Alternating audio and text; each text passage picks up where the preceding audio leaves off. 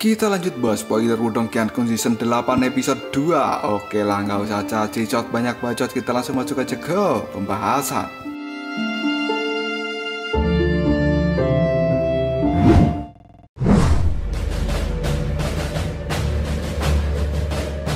Cerita pada saat ini berlokasi di aula emas yang besar. Bagian dalam aula besar ini ditutupi oleh kilau emas yang sangat cemerlang. Dan itu benar-benar membuat aula emas ini terlihat sangat agung dan megah. Dan pada saat ini ada beberapa sosok duduk di dalam aula besar itu. Sementara aura mereka membuat suasana di dalam aula menjadi sangat menakutkan. Dua sosok pada saat ini duduk di atas tahta di depan aula besar. Semua orang bisa samar-samar melihat riak yang sangat menakutkan menyebar dari tubuh mereka berdua. Orang yang duduk di tahta sebelah kiri, dia adalah orang yang mengenakan pakaian merah tua. Rambutnya juga benar-benar merah menyala. Hal ini tampak seperti sekelompok api yang berkobar. Kemudian dua orang ini juga memegang manik-manik merah yang menyala dan berputar di tangannya. Wajahnya terlihat sangat santai, seperti orang yang sedang bermalas-malasan. Namun aura dari dalam tubuhnya bukanlah aura yang bisa diremehkan. Dan kali ini tidak ada seorang pun yang berani menegurnya. Sementara di samping orang itu, pada saat ini duduk pria yang kuat dengan tubuh yang sangat besar. Dan pria itu benar-benar tanpa ekspresi. Dirinya telah muncul seperti gunung Anastasia yang pada saat ini menimpa gunung Renata.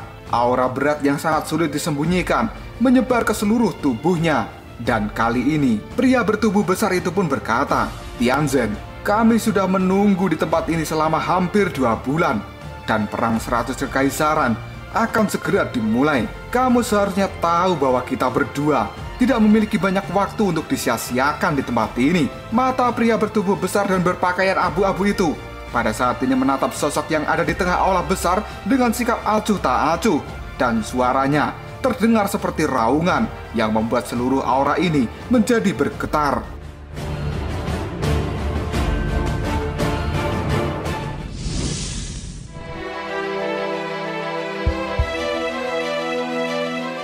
Yang ternyata pada saat ini di tengah-tengah aula ada seseorang yang berdiri dengan baju berwarna merah.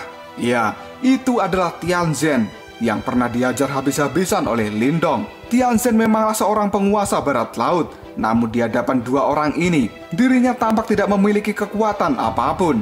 Sesaat kemudian, Tianzhen pun menjawab perkataan dari orang bertubuh besar. "Kakakmu Huang, Lindong pasti sudah mendapatkan berita tentang kedatangan kalian berdua. Dan kemungkinan pada saat ini dirinya bersembunyi. Namun jika kalian memilih untuk mundur saat ini juga, maka hal itu kemungkinan adalah bagian dari rencana Lindong. Selain itu, kami juga tidak akan menyia-nyiakan 2 bulan untuk menunggu." Tianzhen mengatakan hal itu sambil tersenyum. Dan dia benar-benar orang yang pandai menjilat dengan kata-katanya. Sesaat kemudian, Tianzhen pun lanjut mengatakan, "Kakakmu Huang, kakak Tianhuo, aku juga sadar jika kalian berdua memang perlu bersiap-siap untuk mengikuti perang 100 kekaisaran.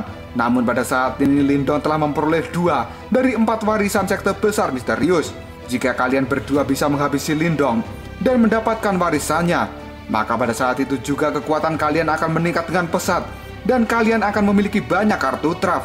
Bahkan ketika menghadapi lawan yang kuat di perang 100 kekaisaran, mungkin akan mudah untuk kalian hadapi." Tianzhen ini benar-benar orang yang pandai berbicara. Dan dia sangat fasih dalam menjilat seseorang. Selain itu, Tianzhen juga sangat memahami dengan jelas dan menarik perhatian dari orang yang ada di depannya ini. Sehingga kata-kata provokasi dari Tianzhen pada saat ini benar-benar menarik perhatian dari 2 orang yang berasal dari kerajaan super.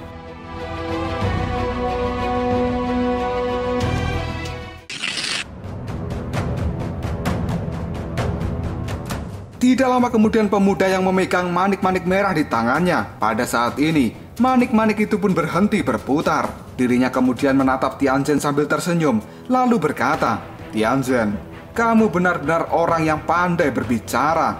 Namun apa yang kau katakan kali ini, itu adalah benar. Karena kita sudah menunggu selama 2 bulan. Tidak masalah jika kita harus menunggu beberapa hari lagi." Dan kemudian, pria yang bertubuh besar memakai baju abu-abu itu pun berkata, Selain itu, aku juga sangat ingin melihat orang yang benar-benar bisa mengalahkan kalian sebagai 3 penguasa wilayah barat laut. Selama ini, aku telah mendengar banyak kuda hitam yang muncul dari berbagai tempat.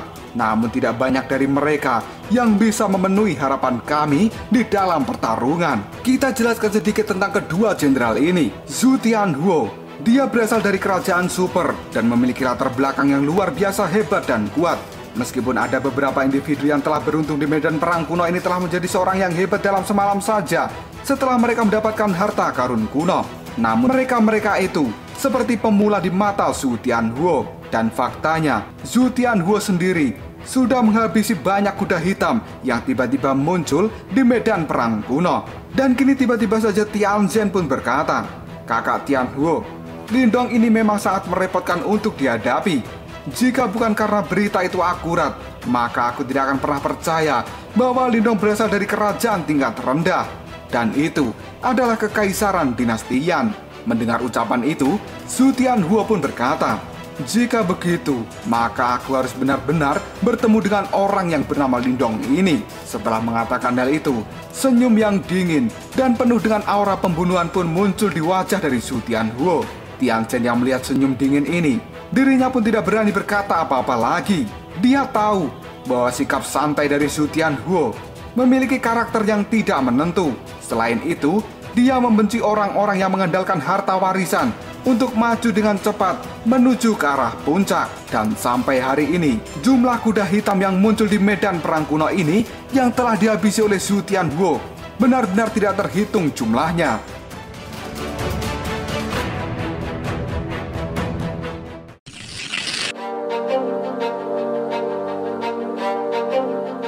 Sesaat kemudian Mu Huang pun mengangkat kepalanya ke langit karena dia pada saat ini melihat sebuah riak spasial muncul di langit yang kosong. Sambil melihat hal itu, Mu Huang pun berkata, "Sepertinya mangsa kita telah muncul." Mendengar ucapan dari Mu Huang, Zhu Tianhuo merasa sedikit terkejut dan dia lalu menatap ke arah langit yang kosong itu. Sesaat kemudian, raut wajahnya menjadi sangat serius. Zhu Tianhuo kemudian berdiri dan dia pun berjalan keluar dari aula besar ini. Sambil berjalan, Zhu Tianhuo mengaktifkan kekuatan Yuan yang sangat perkasa dari tubuhnya seperti air yang banjir. Yang kemudian, hal itu diikuti oleh Mu Huang. Tianzhen yang melihat kejadian ini pun berkomentar, apakah pada akhirnya Lindong berani menunjukkan diri juga? Setelah berkata seperti itu, senyum yang licik pun muncul di wajah Tianzhen. Dia lalu berkata dalam hati, "Aku penasaran, apakah saat ini Lindong akan tetap arogan seperti pada saat itu ketika dirinya menghadapi situasi yang sangat berbahaya kali ini?" Sambil mengucapkan hal itu, di dalam hati Tianzhen benar-benar muncul sebuah kegembiraan karena dia membayangkan bahwa sepertinya Lindong akan berakhir dengan sangat menyedihkan. Setelah itu, Tianzhen pun berjalan mengikuti Mu Huang dan juga Zhu Tianhuo. Karena kemunculan dari riak spasial ini, tiba-tiba seluruh aula kuno ini berubah menjadi sangat gempar. Dan banyak orang pun pada saat ini melihat ke arah langit. Sesaat kemudian, wajah mereka pun nampak dengan emosi. Dan hal itu dipenuhi dengan tatapan rasa ingin tahu, keserakahan, dan juga kesombongan. Hal ini dikarenakan mereka tahu siapa yang akan keluar dari riak spasial itu. Dan mereka juga sadar sesuatu apa yang akan dialami oleh orang yang baru muncul dari riak spasial.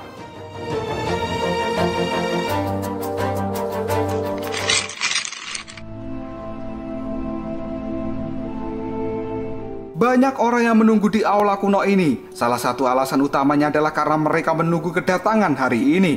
Dan mereka ingin segera menyaksikan pertunjukan apa yang akan dialami oleh Lindong. Tidak lama kemudian pusaran spasial berputar perlahan. Dan setelah itu, 2 sosok pun muncul dari dalamnya. Pada saat kemunculan 2 sosok ini, seluruh aula menjadi seperti kuburan yang sunyi, sepi, dan juga ada tangisan dari mbak-mbak Kunti. Suasana aneh di dalam aula kuno ini menyebabkan kedua orang yang baru keluar dari riak spasial juga terlihat sangat terkejut karena orang yang keluar dari riak spasial itu adalah Lindong dan Xiaodiao. Yang pada saat ini Lindong pun merajut alisnya dan kemudian Xiaodiao yang ada di belakang Lindong, dia pun tampak tersenyum. Tidak lama kemudian Xiaodiao pun mengatakan, "Lindong, perkataanku benar bukan? Sepertinya kemanapun dirimu itu pergi, pasti akan selalu ada masalah yang menunggumu. Lindong pun pada saat ini tidak menanggapi perkataan dari Xiao Diao. Dia pun hanya menundukkan kepalanya dan melihat ke arah lautan orang-orang di tempat ini. Sesaat kemudian, mata Lindong pun menajam dan dia mengatakan, "Sepertinya kita telah menjadi sasaran." Mendengar ucapan Lindong itu, Xiao Diao pun menjawabnya, "Ya jelas kamu akan menjadi sasaran, karena dirimu dan juga Xiao Yan telah mengambil 2 tempat dari warisan 4 sekte besar misterius. Siapapun orangnya pasti akan iri dengan keuntungan seperti itu. Selain itu, kamu dan juga Xiao Yan tidak memiliki latar belakang seperti kelompok dari Liu Bai dan Yan Shen. Apakah orang-orang bodoh itu? Mereka tidak akan mencoba memeras kesemek yang lembut sepertimu." Mendengar ucapan dari Xiao Diao, Lindong pun menanggapinya, "Ya, perkataanmu memang benar. Tapi kali ini aku tidak tahu makhluk hebat macam apa yang berani mencoba mencubitku yang dianggap kesemek yang lembut ini." Lindong mengucapkan kata-kata ini sambil melihat ke arah aula berwarna emas yang paling mencolok di seluruh kota kuno. Dan dia merasakan 2 aura yang sangat kuat di tempat itu. Aura semacam ini bahkan lebih kuat jika dibandingkan dengan praktisi nirwana level 3.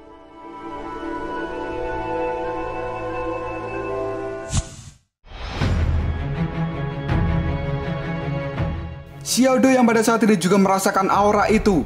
Dia lalu mengatakan, "Sepertinya orang-orang ini memiliki kemampuan untuk mencoba kesengsaraan nirwana keempat. Mereka benar-benar sangat kuat. Dan aku pikir, sepertinya mereka adalah anggota dari apa yang disebut dengan peringkat nirwana." Sambil mengucapkan hal ini, raut wajah Xiao Diao nampak tidak ketakutan sedikit pun. Bahkan sepertinya dia sangat meremehkan kekuatan seperti ini. Meskipun pada dasarnya saat ini Xiao Diao belum bisa memulihkan 1/10 dari kekuatan puncaknya, namun aura yang sangat dominan dari Iblis Martin Langit sekali lagi mengalir keluar dari tulangnya. Dan meskipun Lindong melarang Xiao Diao menggunakan kekuatan dari Iblis Martin Langit, namun pada saat ini bukan tugas yang sulit bagi seorang Xiao Diao jika dirinya harus berurusan dengan Jenderal Api dan juga Jenderal Gunung. Karena bagaimanapun juga, kekuatan Xiao Diao jauh di atas mereka. Sesaat kemudian Lindong pun berkata, "Xiao Diao, kita memang telah bertemu dengan beberapa makhluk yang hebat. Dan makhluk hebat semacam ini pasti sudah cukup untuk memenuhi syarat untuk menuju ke peringkat nirwana. Jika aku bertemu dengan ahli seperti ini sebelum aku memasuki harta karun kuno, maka pada saat itu kemungkinan aku hanya akan bersembunyi. Namun saat ini aku ingin mencoba kekuatan baruku." Pada saat Lindong dan Xiao Diao kini melihat kedatangan dari Jenderal Api dan juga Jenderal Gunung, tidak sedikit pun ketakutan muncul di raut wajah Lindong. Bahkan saat ini Lindong malah tersenyum. Ketika banyak orang melihat senyuman di wajah Lindong, orang-orang ini pun nampak menjadi bingung. Dan mereka kemudian saling berbincang satu sama lain. Apakah Lindong itu sudah gila? Kenapa dia ketawa ke TV seperti itu? Apakah dia tidak tahu bahaya macam apa yang akan mereka hadapi? Jika saat ini Lindong tahu kekuatan macam apa yang akan mereka temui, pasti ekspresi mereka tidak akan menunjukkan senyum seperti itu.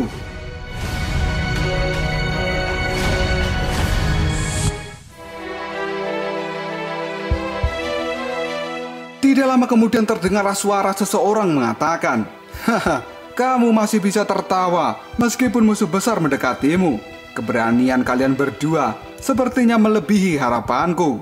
Ketika suara ini muncul, banyak orang yang segera melihat ke arah langit. Dan kali ini, terlihatlah 2 sosok berjalan keluar dari dalam aula berwarna emas. Mereka pun pada saat ini melangkahkan 1 langkah saja. Dan seolah-olah mereka dapat menembus ruang yang kosong. Yang kemudian, mereka sudah sampai di hadapan dari Lindong. Keributan pun terjadi di dalam kota pada saat kedua orang ini muncul. Karena reputasi mereka sangat dikenal oleh banyak orang di medan perang kuno. Lindong kemudian memperhatikan sosok-sosok yang berjalan melintasi udara ini. Dan orang yang berada di depan adalah seorang pemuda yang menggunakan pakaian berwarna merah tua. Rambutnya merah menyala dan sangat menarik perhatian. Sementara itu, senyum selalu terlihat di wajahnya. Dan di belakang pemuda berbaju merah, pada saat ini terlihat sosok pemuda berbadan besar dengan aura yang dipenuhi dengan tekanan. Ya, 2 orang ini adalah Jenderal Api Zhu Tianhuo dan Jenderal Gunung Mu Huang. Zhu Tianhuo kemudian melihat ke arah Lindong. Dia pun tersenyum lalu memperkenalkan dirinya. "Aku berasal dari Kekaisaran Gan Besar dan aku adalah Jenderal Api Zhu Tianhuo." Tidak lama kemudian, pemuda berbadan besar pun menimpali. Sementara aku adalah Jenderal Gunung Mu Huang. Suara pria yang berbadan besar kali ini terdengar seperti raungan yang sangat keras, dan hal itu ibarat sebuah guntur. Tidak lama kemudian Lindong pun juga memperkenalkan dirinya. Aku Lindong dari Kekaisaran Dinasti Yan. Namun pada saat ini Lindong tidak terlihat ketakutan sama sekali dengan kedua jenderal itu.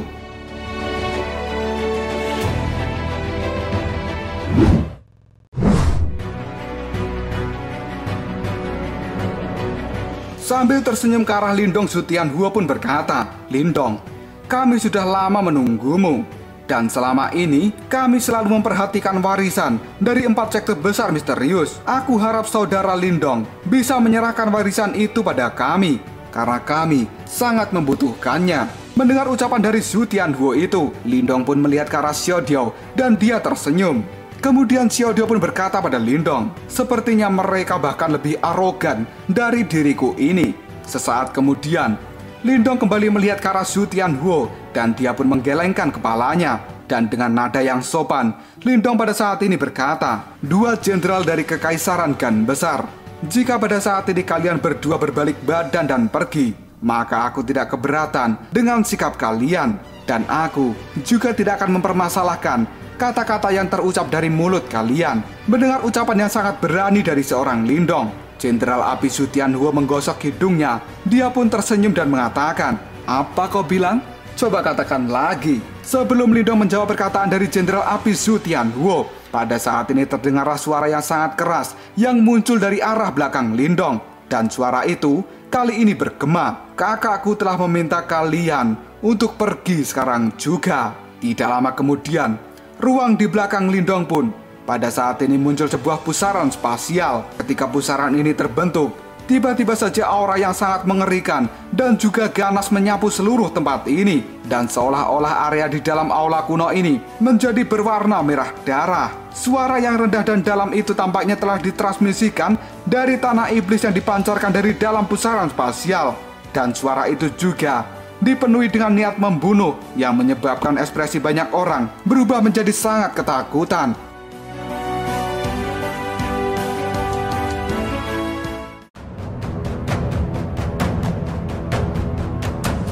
Lalu apakah yang akan terjadi selanjutnya? Sebenarnya siapa orang yang berbicara di belakang Lindong ini? Dan apakah ketika orang ini muncul, akan terjadi pertarungan hebat antara kelompok Lindong dan juga kelompok dua jenderal dari Kekaisaran Gan Besar? Jika kalian penasaran, tunggu aja jawabannya di next video Ngobrol Shop.